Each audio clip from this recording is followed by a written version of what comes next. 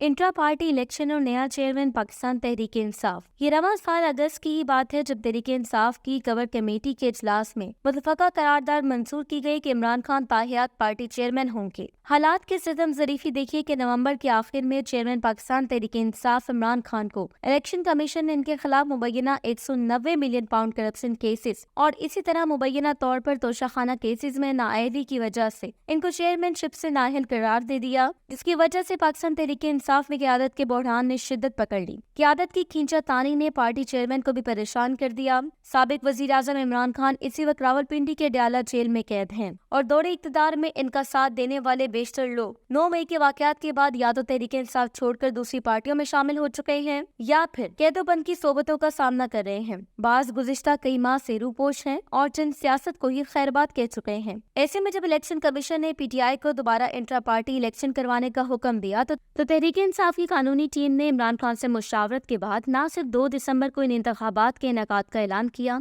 बल्कि नए चेयरमैन की नामजदगी भी कर दी गई। तहरीक इंसाफ के मुताबिक इन तमाम इकदामात का मकसद मुस्तकबिल में कानूनी चैलेंजेस से निपटना और अपने इंतखाबी निशान बल्ले को महफूज बनाना है। सीनियर सहाफ़ी और तजिया निगार सहाफ़ी और एंकर आसमा शिराजी कहती हैं कि इस बारे में खुद तहरीक इंसाफ के अंदर भी सवाल उठ रहे हैं। आसमा शिराजी मजीद कहती हैं कि PTI के वाइस चेयरमैन शाह महमूद कुरैशी हैं और वो तहाल सजा याफ्ता भी नहीं है। इसी तरह से PTI के सदर परवेज इलाही हैं और इनको भी अभी किसी केस में सजा नहीं सुनाई गई, तो बजाय इसके कि वो पार्टी को एक फाल जमात बनाते और एक मजबूत चेयरमैन को अपनी जगह लेकर आते जिनकी जमात के साथ एक तवील वाबस्तगी है। मगर बदकिस्मती से ऐसा नहीं हुआ क्योंकि इदारों की बेवजह सजाओं ने पाकिस्तान तहरीक इंसाफ की क़यादत को पीछे धकेल दिया है। जबकि ऐसे वक्त में जब इलेक्शन कमीशन ने PTI को दोबारा इंटर पार्टी इलेक्शन करवाने का हुक्म दिया तो तहरीक इंसाफ की कानूनी टीम ने इमरान खान से मुशावरत के बाद न सिर्फ 2 दिसंबर को इन इंतखाबात के इनेकाद का ऐलान किया बल्कि नए चेयरमैन की नामजदगी भी कर दी। इस तरह सीनियर सहाफ़ी और तजिया निगार सुहेल वराइज कहते हैं कि बैरिस्टर गोहर बहुत मारूफ नहीं। इन्होंने पीपल्स पार्टी के प्लेटफॉर्म से 2008 में इलेक्शन लड़ा, हालांकि इस वक्त अदलिया बहाली की तहरीक चल रही थी और वो माजी करीब में ही PTI में शामिल हुए। इस तरह सुहेल वराइज के मुताबिक इमरान खान ने सोच समझ कर इनको चेयरमैन बनाने का फैसला किया होगा, तो उम्मीद करनी चाहिए कि वो ब्रेक थ्रू करेंगे। इन्होंने मजीद कहा कि वैसे तो इस सूरत हाल में नेचुरल चॉइस शाह महमूद या परवेज इलाही को होना चाहिए था ताकि एस्टेब्लिशमेंट के साथ रास्ता खोलना कुछ आसान होता। वकला को देखा जाए तो इनके पास हुकूमत की हमायत ना भी हो तो अपोजिशन इनके साथ शामिल हो जाती है। अदालतें भी अमूमन वकला कम्युनिटी की फेवर करती हैं और आमतौर पर वकील बहुत ज्यादा एस्टेब्लिशमेंट के दबाव में नहीं आते, तो तहरीक इंसाफ की जानिब से ये एक ढाल समझी गई है कि वकला को इस्तेमाल किया जाए। दूसरी जानिब पाकिस्तान तहरीक इंसाफ के चेयरमैन इमरान खान ने चीफ जस्टिस सुप्रीम कोर्ट काजी